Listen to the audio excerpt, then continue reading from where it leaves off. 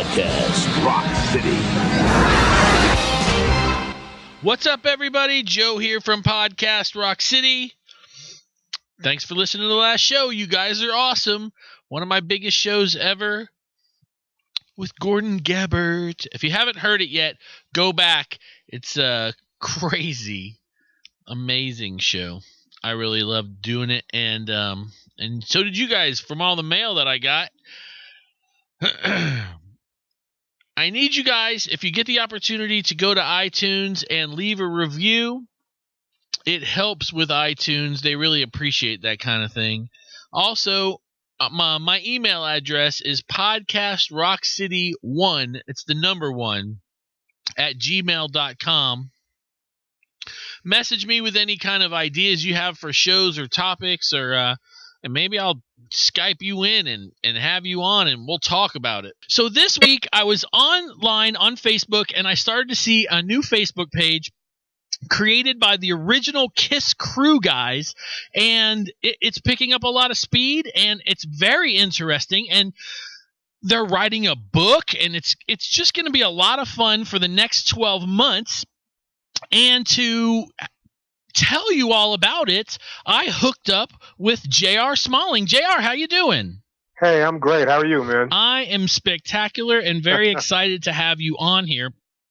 Hey, so am I. And before we get started, I want to make sure that now, like I've talked to you before, and I told you, the hardcore KISS fans, they know who you are. They know who you are, and you know, it's amazing how without sounding like harsh, somebody from the road crew could be so important to the fan base. Does that make sense what I'm saying there? I mean, yeah, it's a good question. It's a good question. I think a lot of that would naturally stem from the intro, the iconic KISS intro that I wrote and first started performing back in '74. Right, and it is on Alive. It's on. It's the first thing that you hear on the Alive album. And you'd be amazed at how many people that I run into at some of these KISS conventions or at a club or wherever, and they come over to me and they're like, "Wow, man, great to meet you. Your voice in that album got me through some of the roughest times of my life. I was going through this, I was going through that, whatever it is." And, it's really gratifying to speak with all of the fans because to a one, everyone is just so cool. It really makes me and the rest of the guys feel really good. That's awesome. And what years were you with the band? I was with the band from January of '74, right before the release of the first album, through the European tour that ended in, I believe it was sometime June, something like that, in '76. So for 2.5 years. We like to call them the glory years. The glory years. Yeah, the absolutely. Years. Yeah, absolutely. Yeah. Okay, so for the younger fans that don't know the story, let's run through it real quick. Or it's probably a longer story than what I would think it would be. But how did you hook up with KISS? Okay, I'll give you the encapsulated version. Okay, and it's funny that you should even bring this up because this is one of the things that is covered in the first edition of the book. So this is one of the things that fans, will see and read when they do get involved. But going back to the beginning, I was a drummer in high school playing in bands, and my parents owned a big house, and my mom allowed all the neighborhood kids to come in and, take over and jam and whatnot. Cool. We ran the place, actually. But she was really cool with that because at least she heard the noise. She knew that we weren't out in the street, getting into the wrong things, So a lot of bands rehearsed at my house. And one of the bands that rehearsed is a group called Dust. I don't know if you're familiar with Dust, but anyone who's not, do yourself a favor, Google Dust Band. They've got some great tracks that you can hear on YouTube and other places. and some videos as well. But Dust was one of the first three-piece American hard rock heavy metal groups. They came out shortly after Cream and the Who and the like. And my band actually was playing similar type of music. Dust at the time was comprised of three guys, and they played so fast and so loud. It was unbelievable. Their hype was 30 incredible fingers. They really, really, lived up to that. That's cool. The drummer in that band was my rival drummer. I was a drummer too, obviously. I should say obviously, but that's what it was. The drummer in that band was a gentleman by the name of Mark Bell, who later, a few years later, went on to become Marky Ramone. Sweet. Yeah, so Marky Ramone and I were rival drummers. We played, in the same house for years, rehearsing, getting our act together. The bass player in Dust is a guy named Kenny Aronson. Kenny is a phenomenal bass player. He's played with everybody from Billy Squier to Bob Dylan to Foghat to Billy Idol, the New York Dolls. Wow. Kenny is a monster. Please, folks, check these names out and you will not be disappointed. These are monsters, monster players. And the guitar player from Dust, also a good friend of mine by the name of Richie Wise. Well, I had been out working on the road. I was doing some tours. I worked on the David Bowie on the Diamond Dogs tour with an English group called Tranquility, which is a great band. I worked with a Dutch group called Focus. They had a big hit instrumental song called Hocus Pocus at the time. But mind you, now we're going back till 1972, 73. So I come off the road, this time with Jay Giles. And Richie calls me up and he goes, "Hey, man, I just produced an album for this group. They're going to be the next big thing. You got to check them out, man." I was like, yeah, well, I hadn't heard the name before. I didn't know there was no hype. They were doing an industry showcase at the old iconic Fillmore East in the East Village of Manhattan. At the time, I lived in Brooklyn, and I said, what the heck, So I dragged myself out, and I went to see the show, and it was the most phenomenal, just like any other person who's ever seen KISS for the first time, like them or not, you're knocked out. You really don't know, your senses Right, are absolutely. all tingling and bells are ringing and things like that. It was really great. And Richie said, Kenny Kerner, God bless his soul, he just passed away, the co-producer of the first couple. Right, a couple weeks ago. Yeah, it was a shock. But Richie said, "Yeah, man, these guys are going to be huge, and they get to know, and they need somebody that knows the host, somebody that's been out there to make sure that this goes on. Then you should talk to them." So I met briefly with Bill O'Coin, and we agreed to meet the following week in his office, and we talked, and things looked good. And the rest, as they say, is history. Sure, or history. History. I don't know if I can use that. I get sued. Well, I did. I did it first. I ain't got nothing. There you go.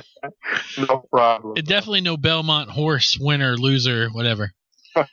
Anyway, all right. So now, for all the people listening right now, JR just gave you homework, so make sure you go and Google Dust, because as soon as we get done, I'm going to be doing that. Now, you were with the band, for all those years. Then, of course, after that, you didn't just quit. You went on and you did you worked with other bands. Can you give me a few real quick? I did a lot of different things since the summer of '76. After KISS, I worked a few tours with Angel. It was another Casablanca band, totally different image. KISS was all in black, Angel was all in white. Great band, great guitar player, Punky Meadows. I don't know how many folks are familiar with him, but here again, for anybody that's not familiar with Angel, those guys were tremendous. Google them. Great act, great guitar player, great lead singer. keyboard. I mean, they were the full package. They were the full package. Right. So after Angel, I started working for a management company here in New York. They were actually the largest management company in the country at the time. A company called Lieber Krebs Management. David Krebs and Steve Lieber. And when I got hired by them, they were managing, just to name a few, Aerosmith, Ted Nugent, Golden Earring, Wow, Scorpions. They were the U.S. management for AC/DC. Steve Lieber had Beatlemania on Broadway. wow, that's a good show. I mean that house, that management company was rocking. It was great. It was great. If anything, it was a step up. You know what I mean? Right. But so I worked at Lieber Krebs. I was Aerosmith's merchandising manager for a year. I was doing their T-shirts and memorabilia sales on all of their venues, which went very well. I was the tour accountant for Lieber Krebs for a good year and a half, 2 years. With all of that talent, they were one of the first management companies to be able to pretty much put on their own festivals, of course, with the help of local promoter. But it wasn't unusual to work a tour in an outdoor venue with Aerosmith headlining, Ted Nugent special guest, Scorpions opening up, or however many acts it was, and they were all primarily Lieber Krebs acts. Wow. So yeah, that was something that they really pioneered. They ran things, and so I was the tour accountant on that. I was the guy that was making sure that the money was correct and paying the bills and dealing with all of that good stuff. A lot of fun. Made a lot of good friends that I'm still in touch with. Dave Dancer McCullough, mentioned his name. He's up in Grand Rapids. He was Nugent's sound guy. Good man. But at any rate, so I did that. Then I started working for George Clinton, following Funkadelic. Sweet. Yeah, that's a big one in my life. Oh, he's huge, man. He's huge. George is great. George.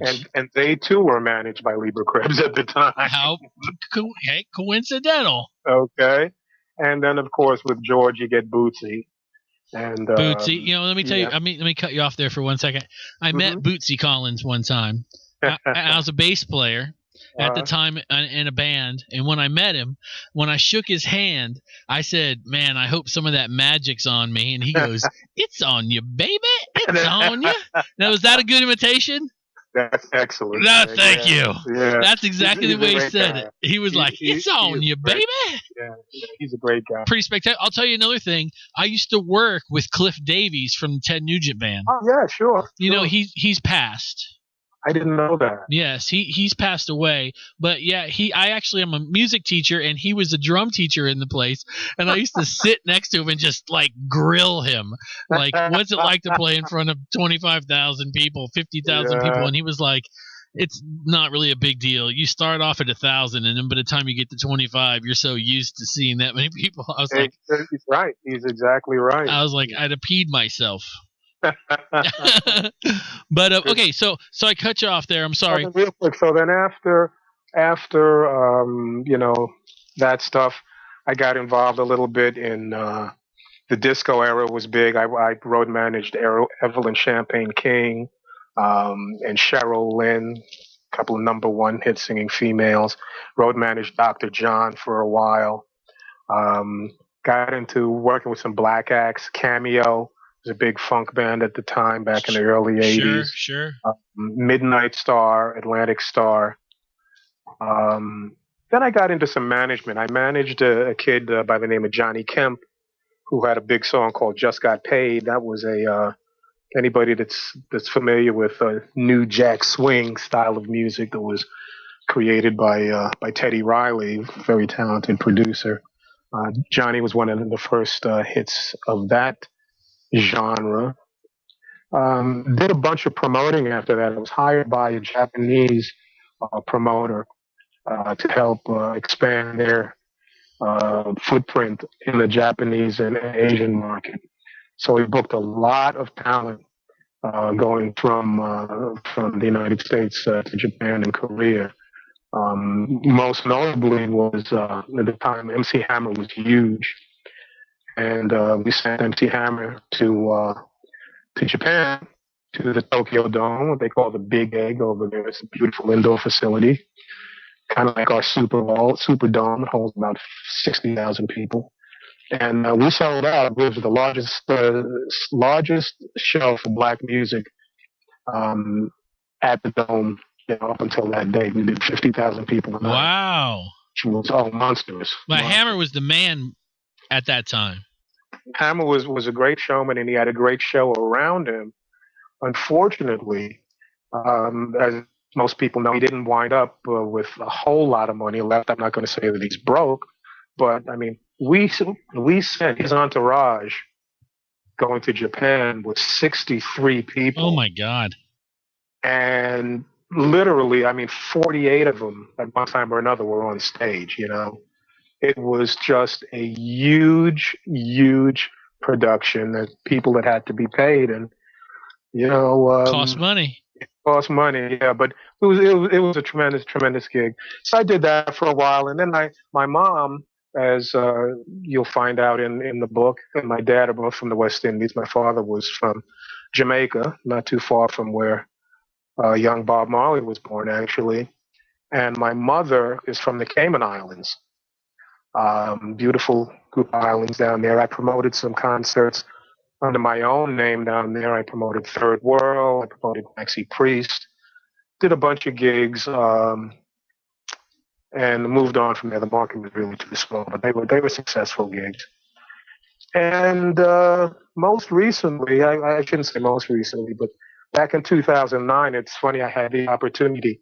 I got a call from the Archdiocese of New York. Huh. Pope Benedict, this is 2008, Pope Benedict was coming into New York to do what he called his Papal Youth Rally. They do it every 6 years, I believe. They just had it, or maybe it's every 5 years. They might have just had it last year or this year, I can't recall. But they needed a stage manager and a talent coordinator for the Pope. Spectacular. So, the money wasn't really, what I was used to getting. But how can you say no to God's right-hand man? I mean, here on one hand, I worked with a demon, and now I work with so. That's funny. I had to do it, man. I had to do it.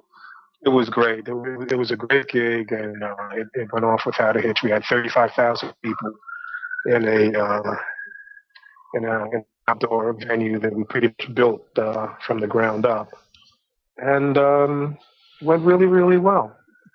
Nowadays, I am consulting for a bunch of different organizations and working on some projects of my own. Managing a young lady, a female vocalist by the name of Aya, who's getting ready to go into the studio, and things are good. Like I say, I'm upright and mobile, man. That's right. You're alive. I think that's spectacular. All right. Now, that kind of brings us, because, of course, more happened in there, and you're going to have to read the book to find out everything else. But here's the deal.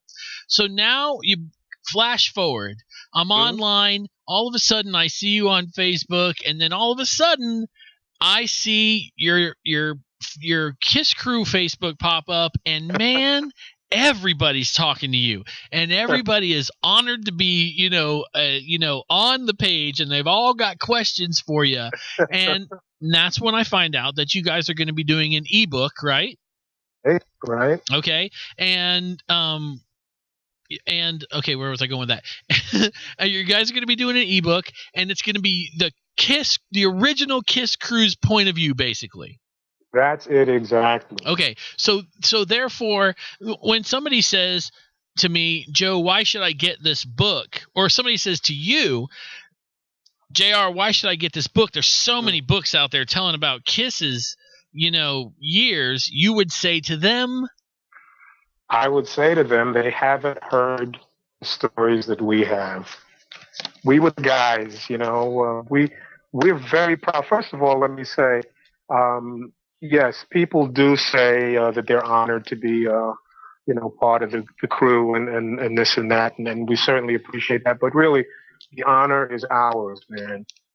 After all of these years, it's really gratifying to know there are people that are out there that have feelings for the crew because of what we did, 40 years ago.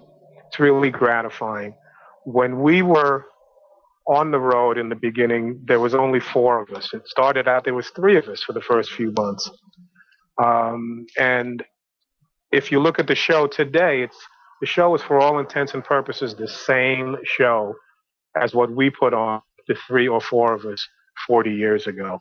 And that gives us a real feeling of pride to know that what we did, has stood the test of time, as has the crew. I mean, as has the band, I should say. Kudos to them. I couldn't imagine putting that crap on my face for 40 years. Yeah. I mean, seriously, it's a drag. It's toil to even be around the dressing room and watch the ritual that it is to take that stuff off. So I got to hand it to them for that. But granted that the show is the same. Of course, it's bigger and it's better and it's flashier because now they've got however many people working for them with however much great equipment that we didn't have at the time. Sure. But you guys posted a picture of you got sitting at it looked like a soundboard or something. I guess it might have been last night. Mm-hmm. And I looked at the picture and I was like, that looks so dangerous. Uh-huh. There was just wires sticking out of everywhere, and I thought, oh yeah, that's funny that you mentioned that. That was actually the gentleman in the middle of that picture. If this is the picture I'm thinking of, I'm on the left side. You are. As you're looking at the picture, I'm wearing headphones. Right. A headset actually, because one of my other jobs that I did for a lot of bands I really enjoyed was lighting director. So that picture actually shows me giving light cues and running the light board. The gentleman to my immediate left in the center of the picture, that's David Krebs of Lieber Krebs Management. Right. Cool. Great guy.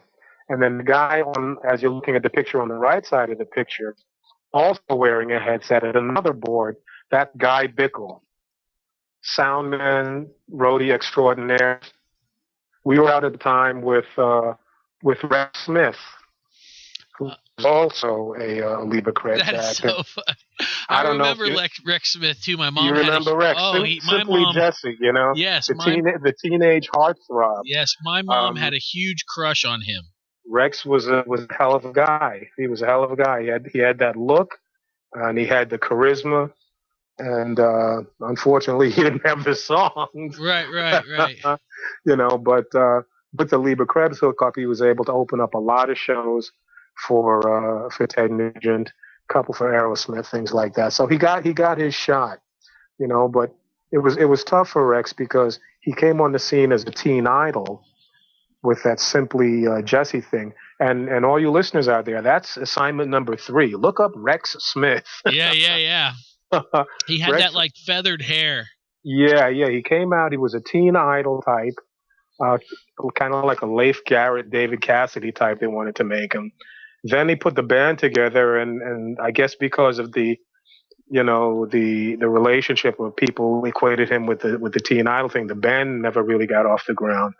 But then he went on to act in Broadway. He was in the Pirates of Penzance with Kevin Kline and what's that female actress's name? I can't recall. God, I want to say, not Christy McNichol, was it? No. Why did I feel like he did a movie? Maybe I can't say. And then for a short period of time he was Street Hawk. The motorcycle guy. Yes. That's right. Holy crap, I forgot all about that. That's spectacular. The younger kids, ask your parents. Rex, if you're listening, you were the man to my mother, just so you know. My mom had his 8-track in the car. Still doing some dinner theater and things like that. I can't say where, but look it up. He's still active. Spectacular. Yeah. So That's basically it. That's what I've been doing in the years since. Life's been good, and like I say, to feel the love from the fans at this point, so many years later, is really gratifying to all of us. Sure, So absolutely. thank you to the fans. We really love you guys, man. Thank you. And now the book is gonna. Let's talk about how the book is gonna be done. You guys are putting out one section of the book a month. What's it called? It's called what's the sections thing called? You told me. Well, the name of the book is Out on the Streets. And the reason why we chose that title will become more clear and more clear as we get into the book. Every month. Every month. What we're doing, back in the day, as they used to say, really back in the 1800s even, there was a popular method of publishing books was called serial books, serial novels primarily. And what they were books that were released one chapter at a time, once a week in your local newspaper, or here in the States, it would have been Look magazine or Life magazine or maybe the New Yorker or something like that. And authors would release chapters, like I say, periodically until they had released the entire book in the magazine serial format. And then they'd go ahead and put all those chapters together and print the hardcover book. And that's what we're doing with Out on the Streets. And we really like the format for a couple of different reasons. First of all, it allows us to really spend the time that each chapter deserves, and it allows the reader to give input. In other words, you go to our site, www.theoriginalkisskrew, crew with a K.com, and or you can go to our Facebook page and ask us questions. Let us know what you want to know. We're letting the fans help in this process by pulling this information out of us, so to speak. We're not going to preach to you. We want to answer the questions that you have. Sweet. And believe, yeah, we got some tidbits, man. We got some stuff that's never been heard before, and it's going to make a lot of people open their eyes. We've got some great stuff. Now, something else that we're doing, Joe, is with this ebook format, we're taking suggestions for the final hardcover book cover.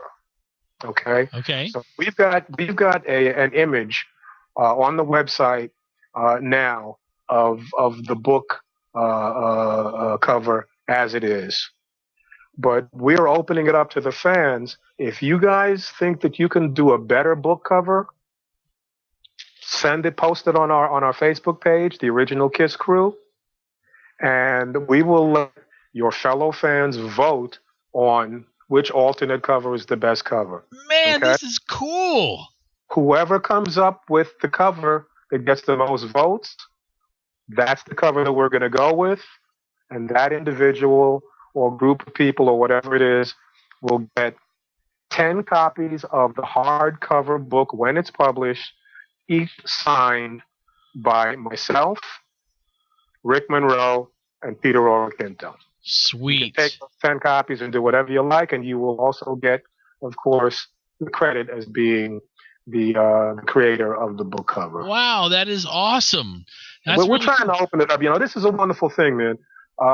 I think that this e-publishing in this format and social media being what it is, it's really a great way to get the fans involved, and not just from a purchasing standpoint. Sure, yeah, because there's artists at home right now listening, going, "Oh my God, I could do this." Absolutely, I could absolutely do this and come up with a great cover. That's spectacular. And let me ask you this: is there a deadline to have it in?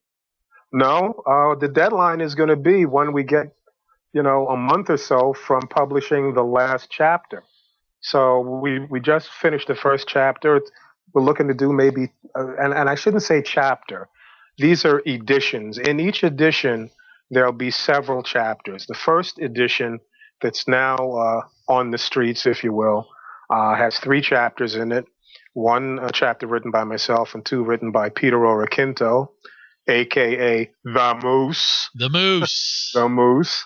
And each edition will have several chapters like that. No edition will be less than 20 pages long. We're looking to have a finished book by the end of the year of maybe 250, 300 pages total. Sweet. And where do they go to get this? They go to our website, www.theoriginalkisskrew, here again, crew with a K, right. .com. And they'll get all the information that they need. Visit our preview and purchase page. Click here to buy now, and you'll be delivered to our site that's hosting this e-publication. $3.50 per edition, and you'll be able to download it immediately. And $3.50 is not a lot. Well, and it shouldn't. It's fair. It's fair, yeah. We don't want to price this out of the market and make turn people off with this. Right. We didn't do this to get rich. We did this because people have been asking for it, And before we move on, and before I forget, regarding that book cover angle, I have to say we can't use anything with a KISS logo on it, folks. We can't use any images of the band, either in makeup or not. And any of those things that are submitted, if they're posted on the site, unfortunately, we're going to have to delete them because we don't want to be liable. Sure. All right. So, yeah. Be creative, go wild, but you know what you can use and you know what you can't use. Sure, absolutely. Look forward to receiving it. Okay, next case. Okay, so let me ask you this though. This is one of the things that I like about this. Now, growing up, I was always a comic book fan, and I would get my comic book, but I'd have to wait another month, and I was always excited about when it came out, and I would save my quarter, and I would get my comic book. This is pretty much the same thing. I could read a chapter 2 or 3 or whatever, my 20 pages, and then in a month I'm going to get another one. Right, exactly. Yeah. And it's going to take me a year to read the book, but it's going to be exciting. Well, it's going to be exciting, and also the thing is, like I say, once you've spent your year reading the book, then the hardcover book comes out with all of that jazzy stuff that KISS fans like, all of the photos from that era that they haven't seen. I shouldn't say all of the photos, but a lot of photos that they haven't seen. A lot of documents that when they are published with explanations, people will open their eyes, like I say, and go, oh, sweet. So that's why ... Sweet. Yeah.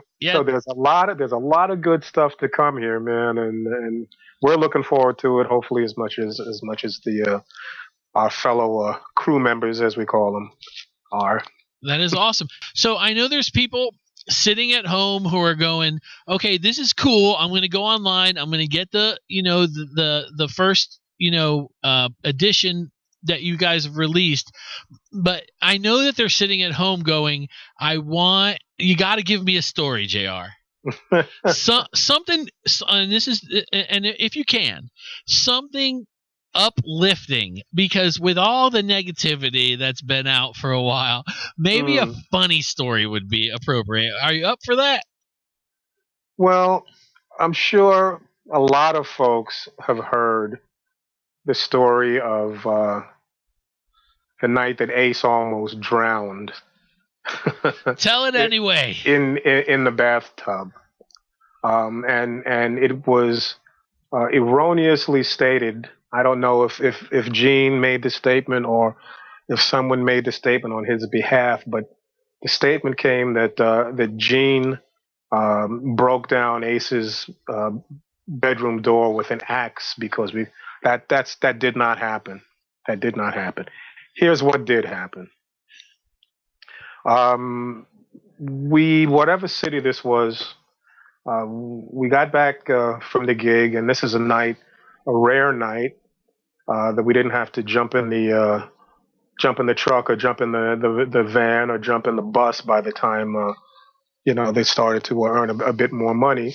We were able to spend the night in the hotel. Big luxury, great. Gotcha. So we go back to the hotel, and people start doing what they normally do. Gene is being Gene. Sure.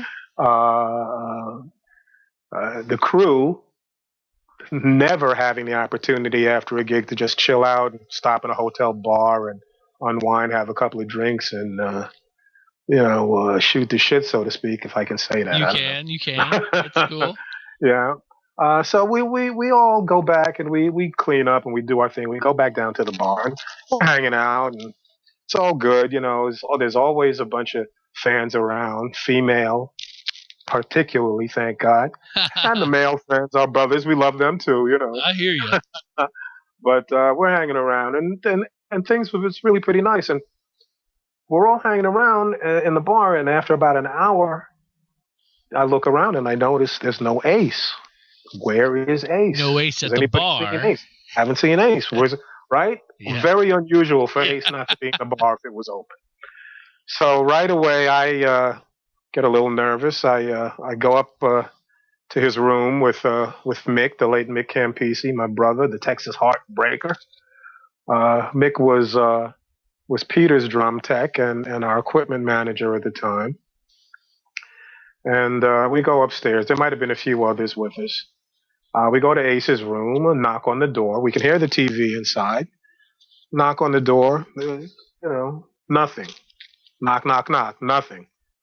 Put our ear to the door and you could hear the shower running. And it's like, oh, God, knocking at the door. He's not answering. Very unusual. Showers running, please. The worst thoughts go through your mind in a flash. Sure. It's like, oh God, please, don't let this be happening. And the truth of the matter is that one of our crew guys, a big former Army special, whatever he was, this guy was crazy. Big Bob King was his name. He was a monster. He goes over to the fire station and yanks the axe off the wall. And as soon as he pulls the axe back to take this door down, the hotel manager comes up. No, I've got the key. Hold on, save my door. He says, okay, you showed up at the right time. He puts the key in the door. The room is dark. The TV is on. We can hear the shower running. No Ace. No Ace. Man. We see the light on in the bathroom coming through a crack in the door. It's not locked. It's just pushed to. And here my heart's really beating a mile a minute. I go inside. Ace is lying in the tub. The water is running. It's literally up to his neck, up to his chin. And he's got a champagne bottle in one hand and a glass in the other hand. He looked like Jesus laying in the tub, right? So, excuse me. So I grab him. Mick grabs him. We pull him out of the tub. And we drag him into the bedroom. Just as we're putting him down on the bed, he comes out of his stupor and he swings at us. Holy! He takes one swing, falls down on the bed, and passes out again. So we at least know that he's not dead. He's just Ace. He's just Ace. He's just being Ace. So listen to this. So we close the door. We go downstairs and we close out the bar, whatnot. A good time is had by all. Next morning we get up to get ready to hit the road. Everybody's in the restaurant. We're getting a little coffee, a little breakfast, whatever. Everybody's down there. Who's the last one in but Ace? And he comes in, with that walk of his, like he's barely making it. And he's going, hey, what did you guys do last night? I went to bed early. That is an awesome Ace impression. I swear to God. He was clueless. Clueless at what happened. Clueless how close he came to possibly dying. Oh my God, that is great. I cannot. Funny stuff. And then we're going to get a lot of that in the book, correct? You're going to get all of that stuff. Okay. You guys are going to get it all. There are things that, like I say, that that haven't been told. There's some very interesting stories in a lot of different areas. A lot of technical stuff. We take a look into the day in the life of a KISS roadie, from midnight after a show, straight through till midnight the following night. Everything involved from, the hundreds of miles that we had to drive to, sleeping in the truck and eating in the truck and getting there, getting to the gig, setting up for the gig, making sure, testing out all of our special effects, making sure that we've got the amount of dry ice that we need for the fog machines, making sure that we've got, hot water.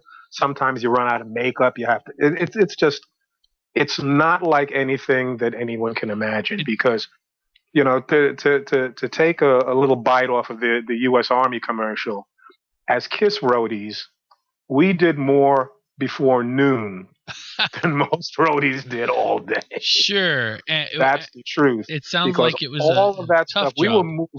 were moving, especially in the early days before there were a lot of union gigs and stage hands, and some of these clubs and things were up a flight of stairs, and the four of us, we were moving 12,000 pounds of gear in and out. So we were moving over a ton of gear a day. 3 of you. The 3 of us, and then later the 4 of us.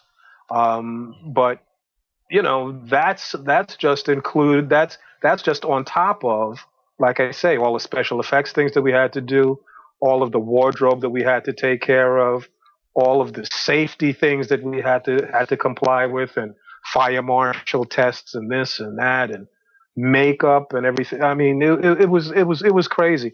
But we had a work ethic between the 4 of us. It was really that old "the show must go on" routine, And the reality was that when we were out there was only the 8 of us, maybe the 9 of us, with Sean Delaney. And let's face it, especially in the early goings and in some of the places that we played, the last thing that anybody wanted to see come into their building was a bunch of leather-clad Yankees, Sure, I get it. painted faces and bombs going off, and this crew that's in there just doing everything that they had to do to make it happen the way it was supposed to happen each and every night.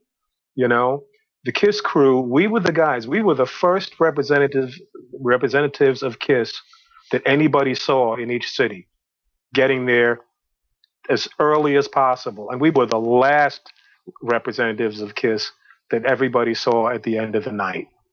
First in, last out. Wow. And we did not only did we have to be on top of our game, but I think there was a certain amount of diplomacy that we had to use and to win these various local stage crews over, to deal with the bands, the roadies from the other bands that we had to deal with, And as an opening act, the things that we did to some bands, I mean, it was just, we rolled over bands. You know what I mean? I can't wait to read about this.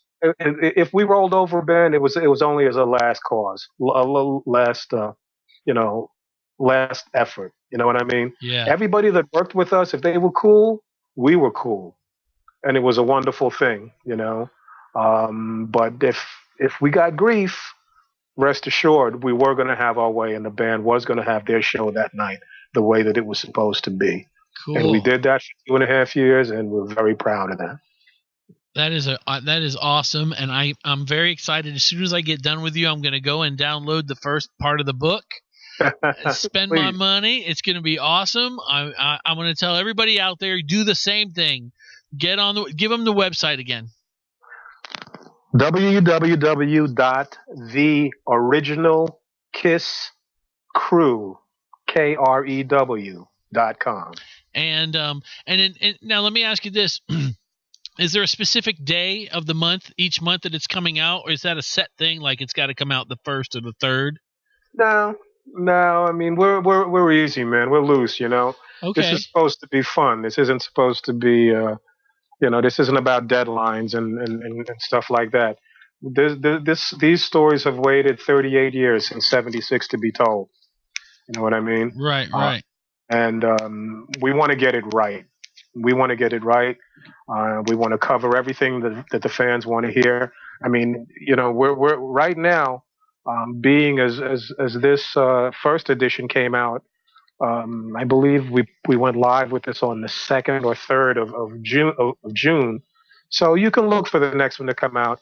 I'll tell you, we're targeting to have it by July 1st, so that people can have a little bit of 4th of July holiday reading material if they're so inclined. Cool. Yeah, so I would think generally around the 1st of every month. And if we have stuff ready before that, then sure, we'll put it out. Well, JR, this has been a huge honor for me as a KISS fan my whole life. I know that it's almost like a thankless job, for what you guys did, but you guys helped create the greatest rock show ever. And I know you know that, and I'm sure people tell you that, every day. But, the truth is we do love you for helping give us that. Great, man. And we love you guys. Like I say, the love that we feel from you guys is what got this book to become a reality. So thank you for that, and we really hope that you fans and crew members enjoy it. Absolutely. Thank you for being on. And thanks for having me. And we look forward to the next chapter, and we'll get back in touch with you and periodically to make sure everything's going well. Anytime, Joe. Absolutely. Love to talk to you, man. Okay, thank you. Well, there you have it, folks. J.R. Smalling, original KISS crew and part author of the new book, ebook, out on the streets. I hope you enjoyed that. Make sure you send me emails, podcast Rock City 1, the number 1. I know you get tired of hearing me say that. The number 1 at gmail.com. Don't forget, buy the ebook. Go to the website. You heard him say it a number of times. $3.50. It's not expensive. You probably spend that much on booze a week. No. I know Rachel Ann from Strange Ways probably spends that at least every day on like the fluids for her vape that she's always talking about. If you haven't heard that show yet, go to the Strange Ways podcast, and we talked all about Paul Stanley, Rachel Ann, Jody Have Not. Jody is an amazing person. If you guys have not listened to that show yet, Strange Ways KISS podcast. It was a lot of fun, and I think you'll enjoy it. You guys have a great week, and I will see you. Peace. Hi, KISS fans. This is J.R. Smalling, and I'm pleased to announce the release of our new book, Out on the Streets, written by me and the other members of the original KISS crew. This book chronicles the glory days of the hottest band in the land from 1974 to 1976. You'll hear the real tales of what it was like to be on the road with KISS during those early years. For more information or to purchase, visit our website, www.theoriginalkisskrew.com. That's crew with a K. You wanted the book and you got it. And we hope that you enjoy it.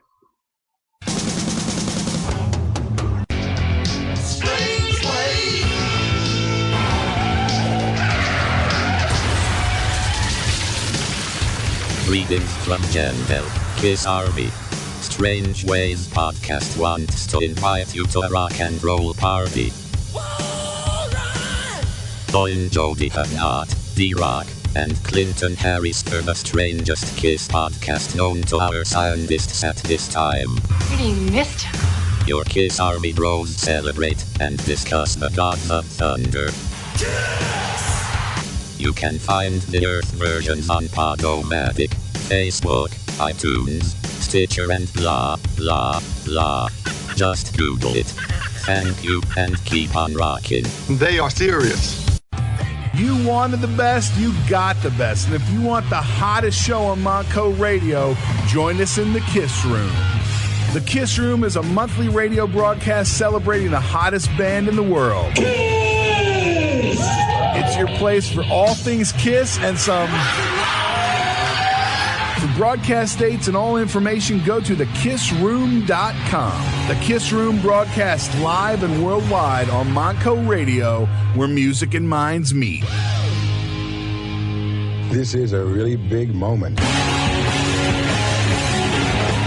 Hi, I'm Cassius Morris, host of KISS podcast Creatures of the Net. Our show content includes current events of the hottest band in the land, exclusive interviews, and the trials and tribulations of being a KISS fan. You can check out our show at www.creaturesofthenet.com and on Facebook or Twitter. And if you don't know the website name by now, well, you better learn it. We'll see you here.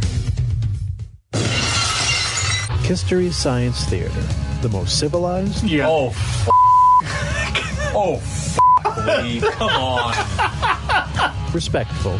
Just imagine Gene with like a washed up bass. And serious. No, wait. Excuse me, Bob. You're gonna come over and do my album. KISS podcast on the web. History Science Theater. We bust balls because we care. Doctors define modern rock disorder as a sudden, intense drop in musical taste, affecting all facets of the victims' lives and the lives of those around them. Over 20 million Americans suffer.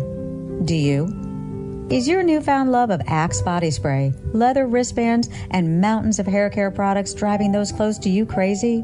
Has your overwhelming desire to crank Nickelback, drink a sixer of Natty Ice, and yell at girls from the back of a pickup truck seriously impaired your work or social life?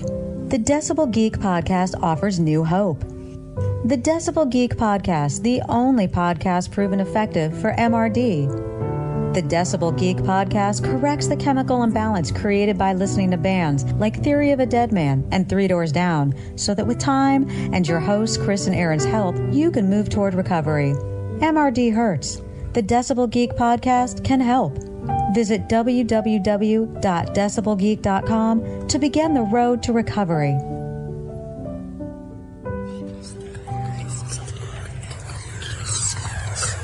It's time for some cheap talk. You're listening to Trick Chat. Their mommy's all right, their daddies are all right, they just seem a little weird. They even got their KISS records out. This is Ken from the Pod KISS. Join me, Matt, Andrew, and BJ as we talk about 4 great guys and 3 great chords. Cheap Trick. If you're a KISS fan, chances are you checked them out. So please check out our show, Cheap Talk with Trick Chat, available for now in the Pod KISS feed. Keep cheap trickin'. Someone, somewhere, is needing to hear from you. Someone needing to know that you care. Care enough to give the gift of Podcast. Tell a friend about Podcast today. Download us on iTunes, friend us on Facebook, and rock your ass out. Podcast. That's a picture of Joseph KISS Sr., who came up with the vision of KISS in 1753. Right, that Joseph KISS. That's, of course, a picture of him without makeup. That's right, Mr. Joseph KISS Sr. All right.